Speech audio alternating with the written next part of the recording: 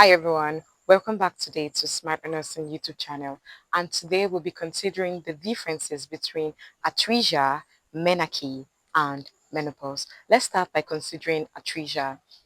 Atresia, in terms of the menstrual cycle, is a natural process by which the immature follicles in the female reproductive system begin to disintegrate and are absorbed slowly by the body. Now you would ask why. The point is, at birth, the ovaries of a female child have over a million molecules. A lot of people, it is known to be within the range of 1 to 2 million follicles. But that is not the follicles that a woman has at the beginning of puberty. At birth, the ovaries of a female child has over a million follicles, considering the average of 1 to 2 million follicles. Firstly, what are follicles? Follicles are structures found in the ovary of the female child, of which at the onstage of puberty, eggs are released on a monthly basis into the peritoneal cavity and carried into the fallopian tube, where they finally meet out for fertilization and leads to the development of a zygote, which in turn becomes an embryo after 8 weeks and finally becomes a fetus during the rest of the stages of pregnancy. Now, what that means is that on a monthly basis, during menstruation, every woman releases an egg, but she doesn't do it by herself. You don't just stay and say, okay, it's time to release egg. No, the body already has a cycle of making this work, and that is what is known as the menstrual cycle. But a female at birth has over 1 to 1.5 and almost 2 million, of which it is recorded that some female are even born with over 3 million follicles. But that is not the same amount of follicles that she have at the onstage of puberty. Why is that so?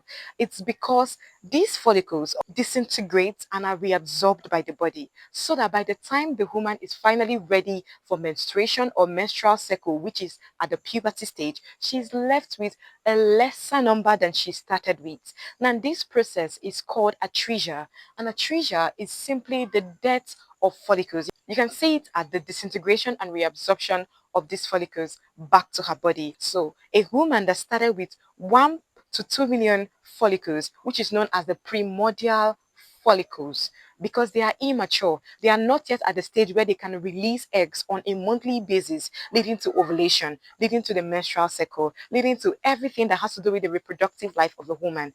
This woman is not yet at a reproductive stage. She is simply at the stage before puberty, which is the non-reproductive stage. So a woman that started out with 1 to 2 million follicles can be left with the average of 300,000 to 500,000 during the start of puberty. The exact number that a woman is left with at the onset of puberty is not fixed. It varies woman to woman. They do not have the same number. The same way, the initial amount of follicles that was present during birth from woman to woman also varies. And this depends a lot on genetics. The amount of eggs that a woman was born with is not the same thing with exactly the next person standing by her. They are different numbers, but they are in their millions at the initial stages before a woman finally disintegrates a lot of them and leading to them in their hundreds of thousands. And from these hundreds of thousands, the reproductive cycle of a woman begins to count. So you just need to know this, that before puberty, a woman loses great amount of follicles, and these follicles are known as immature or primordial follicles. Now let's go into menarche. What is menarche? Menarche is simply the beginning of the menstrual cycle. It is better put as the first day of menstruation. It is the first time or the first day that marks the initiation of a woman, of a girl child, now woman, into the reproductive cycle. And the amount of follicles left after atresia is what begins the reproductive cycle of a woman. Meaning that for a woman that has 300,000 follicles left after atresia, that begins the count of her reproductive life before menopause. Because on a monthly basis, one follicle is released, and these follicles keeps releasing until it gets to a stage where the amount of functional follicles declines with age. But that's not where we are at right now. How is the number of eggs that a woman is left with after puberty determined? Just like we said before, There is no particular number. Neither is there a particular percentage used to calculate the number a woman is left with. We just know this, that genetics influence a lot of these processes. Genetics play a lot of role in this factor in determining how many follicles will be left at the on stage of puberty. Another thing we need to look at is the hormonal balance. Hormonal balance plays a lot, and of course, the overall health of a woman plays a lot in determining how many eggs and how many follicles. When I say eggs, just know that every follicle carries an egg. So very likely, we were talking of how many eggs left, we are talking of how many follicles left. Lastly, we'll be considering menopause. What is menopause? Menopause is simply the season of menstrual cycle, and this can happen at any age. Some women at 45 already experience menopause, some women at 50, some women at 55, and personally I have seen a woman that experienced menopause at 59 years old. So these things vary, and remember, we are working with the amount of follicles that is left with a woman after atresia or at the on stage of puberty.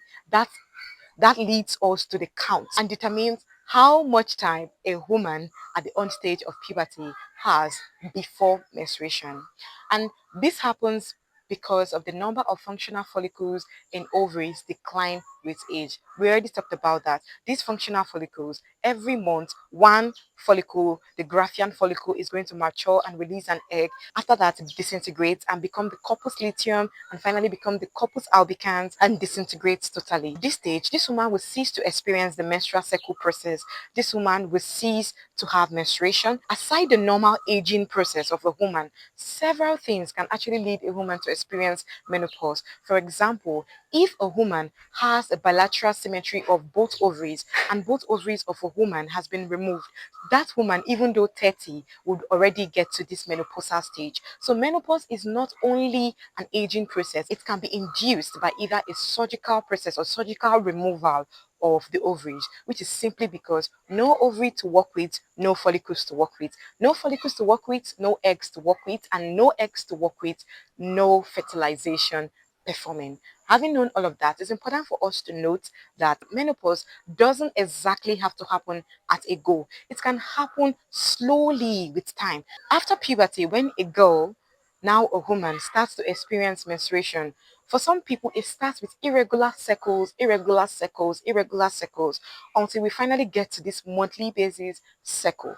And this is because the body is taking time to adjust into this new process. Same thing with menopause. So some people, it can happen at a go one time and they've stopped the whole menstrual cycle. For some people, it can happen as irregular menstrual cycle until we finally get to a point where this woman no longer experiences the whole menstrual cycle process. Now, in this stage, however way it happened, they all lead to the same thing, that at some point, this woman will no longer be able to perform the processes of ovulation, egg release, menstruation, and all that has to do with the reproductive cycle of a woman. Finally, I want us to look at the concurrent processes that happen alongside menopause. First, I use the 6S to describe this to help them to stick into your memory. And when you think of them as 6S, 6S always happens during menopause most of the times. Not everybody has to go through them exactly as it is, but you are likely to see one of these signs in a woman experiencing menopause. One of them includes short-term vasodilations. This comes with flushing of the skin, sweating, and this interrupts sleep patterns generally. So you can see a woman in a menopausal stage sweating when everybody else is feeling cold. When you see these signs, you just know that these are one of the processes that comes along with menopause. Secondly, shrinkage of the breast. Obviously, aside the shrinkage of the breast, would also have the sex organs atrophy because follicles release the estrogen and the progesterone that helps a woman maintain her sexual cycle and that is in charge of the characteristics that has to do with the feminine features or that is in charge of the characteristics of puberty. But when a woman loses these follicles, you expect that there is going to be a decline or a shrinkage in these sexual reproductive organs. There will be a shrinkage in the breast. Even the axillary and the pubic hair would be sparse in number. And this is simply because of the same thing. The estrogen and the progesterone hormones have declined greatly in number. Also, there will be skin thinning. And lastly, you would see sporadic mood changes.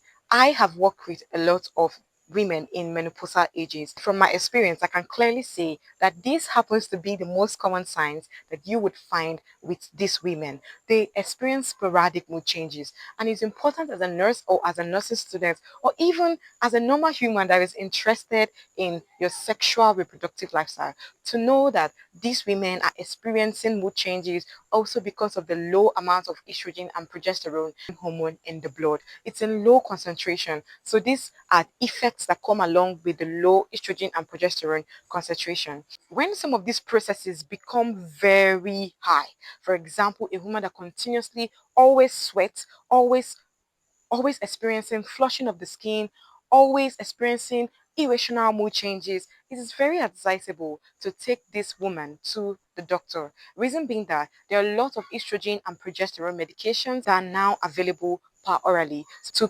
maintain the concentration of the estrogen and progesterone in the blood and subsequently helping the body to stay in a homeostatic balance as she used to be before. Thank you very much for staying to the end of this topic. If you have any questions, you can send your questions in the comment section.